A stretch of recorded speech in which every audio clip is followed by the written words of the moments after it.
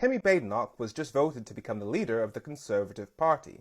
Now, you might be wondering what it does to race politics in the UK to have a black leader of a party that the United Nations says is trying to normalise white supremacy, and which is funded by Frank Hester, a man who once said that Diane Abbott makes him want to hate all black women and that she should be shot. Now, if I were to come on here and tell you that Kemi Badenoch's primary function is to act as a get-out-of-racism-free card for the Conservative Party, you wouldn't believe me, because after all, I'm apparently just a left-wing conspiracy theorist, right? So instead, I'm going to let Kemi, and people like Kemi, say it for me. All my supporters were white, all the members who were helping me, delivering my leaflets. There they were, championing this 28-year-old black woman, and people were shouting racists at them.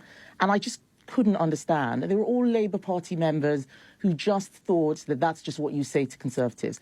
And if my being here, if my standing up as a senior member of the Conservative Party helps to destroy that myth, then I will continue to do so no matter what. I'm here to defend my party. So she has explicitly said in the last couple of months that she is seeking that high position in the Conservative Party as a black woman in order to defend the Conservative Party against accusations of being racist. That is the role that she promised Conservative Party members that she would be playing, and then they voted to make her the leader of their party. And here's the thing that's messed up about that, because Kemi Badenoch has regularly said that it is almost racist to imply that all black people must think a certain way when it comes to politics. And yet she's the one saying that if she, as a black woman, is a leader of the party, then the party can't be racist. This is somebody who explicitly said, "We do not want to see teachers teaching their white pupils about white privilege, and let me be clear, any school which teaches these elements of critical race theory as fact without offering a balanced treatment of opposing views is breaking the law."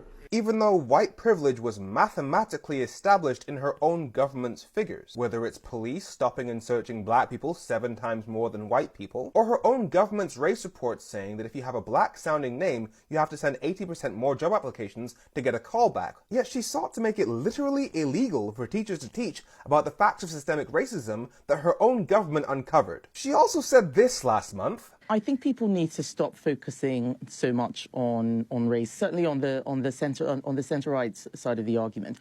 I firmly believe in a colourblind society, and I think the colour of your skin shouldn't matter any more than the colour of your eyes or the colour of your hair, and we should focus on people's character. That was what Martin Luther King, talked about, and I think we got there.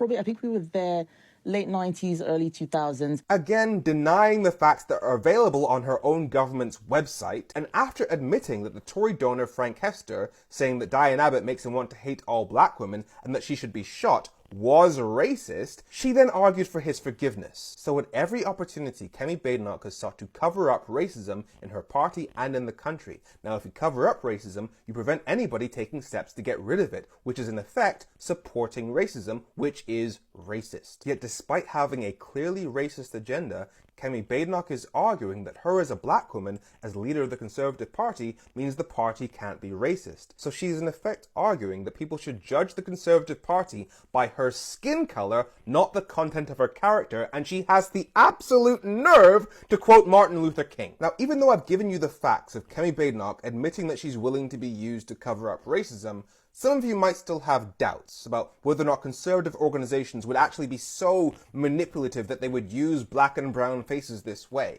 Or if you do meet somebody that does have those kinds of doubts, just say the name Dominique Samuels. She's the black conservative writer for the Daily Mail who blew the whistle on how the Daily Mail would write racist articles and then pay her to put her name to them. And it was only after what they tried to get her to write about Notting Hill Carnival that she said enough is enough. So the practice of using black and brown faces to whitewash racism has been proven at the highest level of the right-wing establishment. See, these people have no principles. They'll claim to have principles, but only on the days that it suits them. Like Kemi Badenoch, despite her whole thing being about denying racism and sexism, when David Tennant told her to shut up, she immediately accused him of racism and sexism. She tried to argue for cutting maternity pay, knowing that would disempower women in the workplace. Wasn't any maternity pay, and people were having more babies. We need to make sure. Well, that's because women often had to not work. They had to stay at home. When another Conservative MP tried to use her being a mother as a reason to deny her a job. Much as I like Kemi, I think